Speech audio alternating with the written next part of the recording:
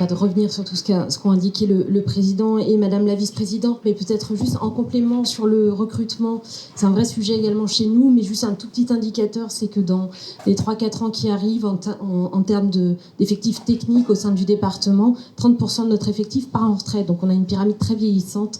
Donc on est très attaché aussi à valoriser nos métiers qui ne sont pas du tout visibles. On a bien vu qu'il n'y a pas très longtemps, on est allé en intervention à Polytech, les jeunes ingénieurs ne connaissent pas le métier des collectivités, le métier de maîtrise d'ouvrage à proprement parler, qui est assez peu connu. Donc effectivement, on est aussi intéressé, quand vous faites des forums, des salons sur les métiers du bâtiment et des travaux publics, de pouvoir aussi être présent pour valoriser nos métiers.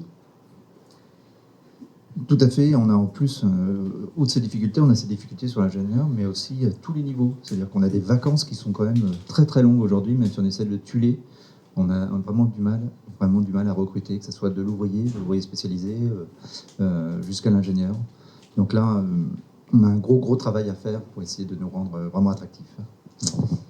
Voilà. Alors ensuite, le sujet de la rénovation du patrimoine, qui est aussi un sujet important, comme tous les intervenants précédents, effectivement, tant sur le patrimoine bâti que sur le patrimoine routier. Je vais te laisser, Eric, peut-être parler la partie bâtimentaire. Alors sur la partie bâtimentaire, comme vous le savez, on a lancé des grandes études chez nous sur nos 300 bâtiments pour mieux connaître nos bâtiments, pour essayer aussi de trouver des solutions. Donc là, on a lancé un premier marché global de performance de plus de 8 millions d'euros qui vise à terme, qui vise très rapidement à réduire nos consommations de 40% pour s'inscrire dans le décret tertiaire. Le décret tertiaire est assez contraignant, comme vous le savez, mais c'est pour ça qu'on lance ce type de marché.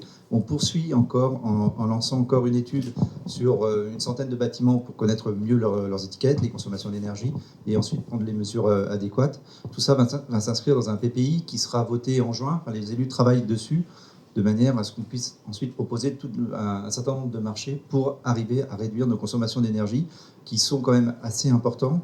En plus, tous les efforts que nous faisons actuellement pour réduire nos consommations d'énergie sont complètement annihilés par la hausse des coûts des calories.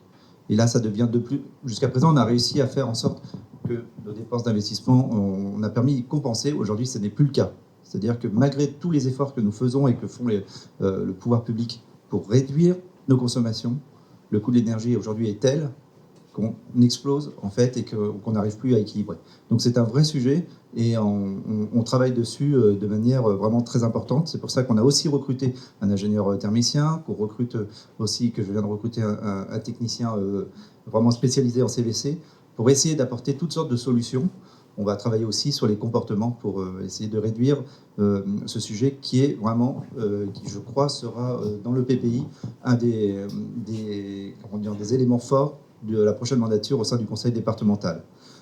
Par rapport à ça, vous verrez aussi dans l'ensemble du livret qui vous est livré, on lance aussi des marchés pour mieux connaître nos consommations en temps réel. C'est-à-dire qu'aujourd'hui, un certain nombre d'équipements, surtout les plus importants, ceux de plus de 1000 m², ça concerne les bâtiments administratifs, mais également les collèges, d'avoir en temps réel notre consommation sur le chauffage, sur l'eau, l'électricité, pour intervenir le plus tôt possible dès qu'on a une dérive.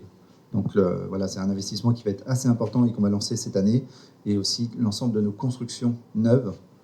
Vous savez, on sort d'un programme qui était assez ambitieux, qui a été réalisé. On vient de terminer 2 collèges dans le Petit-Bray avec la construction bois paille, de bâtiments de sourcils. Tout ça, ça va nous faire un guide de référence qui nous servira pour l'ensemble des autres constructions que nous allons lancer. On lance évidemment un projet important d'un bâtiment administratif, toujours à Orléans, derrière le bâtiment des archives. Tout cela, on va se servir de notre expérience pour essayer d'avoir des bâtiments les plus neutres possibles en termes de consommation d'énergie. Pour les routes. Alors, sur la rénovation du patrimoine routier, comme le disait le président et madame la vice-présidente, on a un vrai enjeu en matière de soutien à l'économie via la mobilité. Et puis, le patrimoine routier n'est pas en état, on n'est pas dans les années florissantes, et effectivement, il se dégrade petit à petit, puisqu'on a aussi des trafics lourds qui sont de plus en plus lourds. 44 tonnes font beaucoup de mal à nos routes. On ausculte nos chaussées très régulièrement en la matière pour pouvoir déclencher des budgets sur l'entretien de ce patrimoine routier. toujours avec l'objectif fixé par les élus, c'est qu'en 2030, on atteigne moins 25% d'émissions de gaz à effet de serre. Donc ça veut dire que les techniques routières, il faudra qu'on les travaille ensemble pour qu'elles évoluent. Bien sûr, aujourd'hui, on n'a pas trouvé mieux que le bitume, donc c'est difficile d'avoir des solutions pérennes. En tout cas, sur le réseau structurant, on peut toujours faire des tests d'innovation, et ça, on va s'attacher à le mettre en place sur des réseaux plutôt secondaires. Mais effectivement, sur le réseau structurant, aujourd'hui, il n'y a pas mieux que le bitume pour résister au trafic. Sur le trafic aussi, il y a toujours un débat sur la mobilité de demain. Est-ce que le trafic routier sera toujours à la hauteur de ce qu'il est aujourd'hui ? Eh bien, pour vous dire, sur la tangentielle, en 2020, on était à moins 12% du trafic. Et en 2021, là, on vient de faire les bilans de trafic, on est déjà remonté à moins 2,5 par rapport à l'année 2018 qu'on a pris comme cadre de référence. Donc le trafic routier, il remonte 2022 sans doute avec les modalités de télétravail. Et puis aussi, on a un phénomène de transfert, les transports publics, peut-être que la métropole pourra en parler, mais le transport public a sans doute pâti de cette crise sanitaire, ce qui fait que le véhicule individuel a aussi repris sa place. Donc un programme routier important en termes de rénovation, puisque c'est entre 15 et 20 millions d'euros là, qui sont mis tous les ans sur le patrimoine routier. Ça s'accompagne aussi par un programme de rénovation des ouvrages d'art, qui est un enjeu très fort sur les ouvrages d'art. On met 8 millions d'euros par an en dehors des opérations particulières comme le pont de Châtillon-sur-Loire et le franchissement de Loire-de-Jargeau, dont j'y reviens pas, le président en a parlé, mais ça c'est une opération bien spécifique sur laquelle on va mettre 30 millions cette année. Et puis la rénovation énergétique aussi, ça passe par la rénovation complète de l'éclairage public et notamment la tangentielle. Dans les 5 ans qui viennent, on va repasser l'ensemble de la tangentielle avec des dispositifs LED et des dispositifs de type Smart City qui vont permettre aussi d'adapter l'éclairement de la tangentielle au trafic avec un système intelligent de lecture du trafic. Donc voilà, on est dans ces modalités-là. Et là, pour le coup, on a besoin de vous parce que c'est vous qui avez les modalités techniques en main. C'est vous qui pouvez nous proposer vos outils et vos techniques sur le sujet, vos suggestions pour qu'on puisse avancer dans le même objectif. Toujours en complément, vous verrez, je l'ai dit tout à l'heure, on va poursuivre aussi notre action en termes d'investissement sur le canal d'Orléans. Les études sont arrivées à maturité. On a fait on lance maintenant des travaux qui sont quand même assez importants, comme vous l'avez vu peut-être dans la presse au niveau de Vitry. Vitriolage, c'est notre première expérience, c'est-à-dire qu'on on met en place un clapet, on met en place des nouvelles écluses. Le programme va se poursuivre sur les prochaines années. On va travailler aussi sur l'ensemble des mobilités, en partenariat évidemment avec Sandrine, avec le développement de vélo sur le canal d'Orléans, pour terminer la boucle que vous connaissez, la Scandie Ibérique, la Loire à vélo, le canal d'Orléans. Et je voudrais revenir aussi sur nos relations. Aujourd'hui, comme vous le savez, le département est très attaché sur 3 choses, c'est-à-dire le coût, délai et qualité. On a la chance dans l'Oreille d'avoir des entreprises de TPE jusqu'au grand groupe, avec le souci de la qualité qui est vraiment très très fort. Et ça, on le travaille au quotidien, on se rencontre régulièrement tous ensemble, et c'est plutôt une chance. Maintenant, il faut qu'on travaille vraiment, on a vraiment une inquiétude sur les coûts, mais ça, c'est une redondance, ça augmente. Donc c'est important, parce que la crainte qu'on peut avoir, c'est de réduire nos investissements pour contrebalancer cette montée des coûts. Donc c'est un vrai sujet.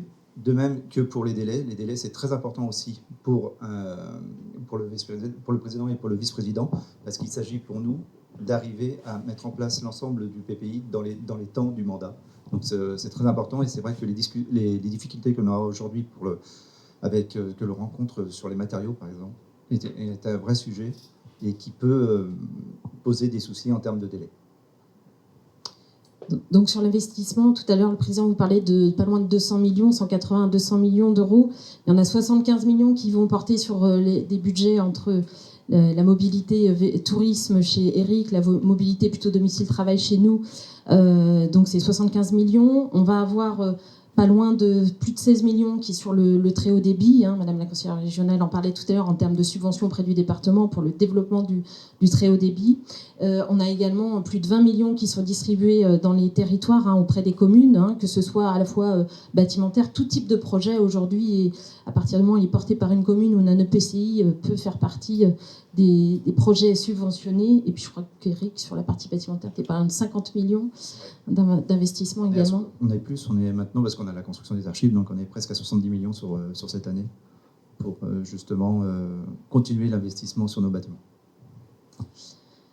Ensuite, on a le sujet de la mobilité, donc dans sa généralité. Donc c'est la grosse étude qu'on est en train de lancer à l'échelle du territoire. Donc ça va nous permettre effectivement de déployer des projets cyclables au bord de nos routes départementales, d'aménager les abords des collèges éventuellement et de poursuivre les investissements sur la partie touristique.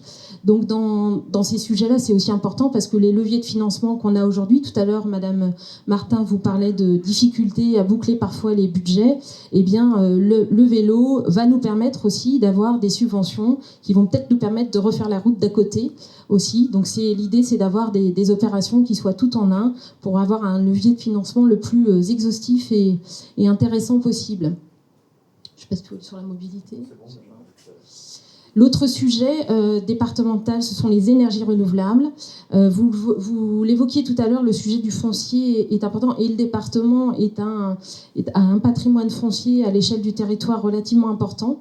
Donc l'idée pour nous, c'est de valoriser ce patrimoine. Donc Eric vous parlera sur le patrimoine bâti, mais sur le non bâti, ce qu'on va développer là, on a un projet de ferme photovoltaïque sur Saint-Cyr-en-Val. Et aujourd'hui, on se pose la question, qu'allons-nous faire de nos délaissés routiers ?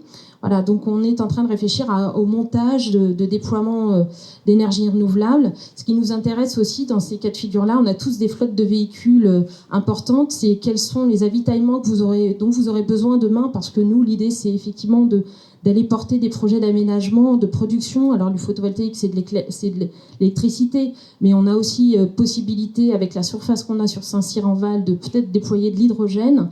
Et puis demain, quelle est votre position vis-à-vis du GNV ? Ça, c'est un vrai sujet qui nous intéresse parce que nous-mêmes, on a une flotte, mais je crois que la vôtre est encore plus importante. Donc ça, c'est des projets communs qu'il faudra dans l'avenir. Ça va être inscrit au plan pluriannuel d'investissement du département là, du mois de juin. Voilà, donc ça c'est un vrai enjeu.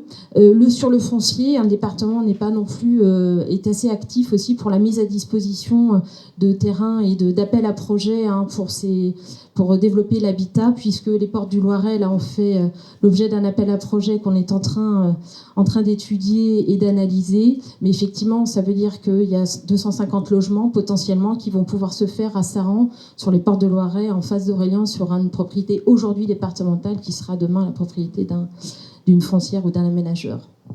On va aussi poursuivre, toujours sur le photovoltaïque, on va lancer pour les bâtiments un appel à projet pour l'utilisation en fait, des terrasses et des différentes toitures sur nos collèges, particulièrement, qui représentent une surface quand même assez importante, voire très très importante, pour voir un peu ce qu'on peut faire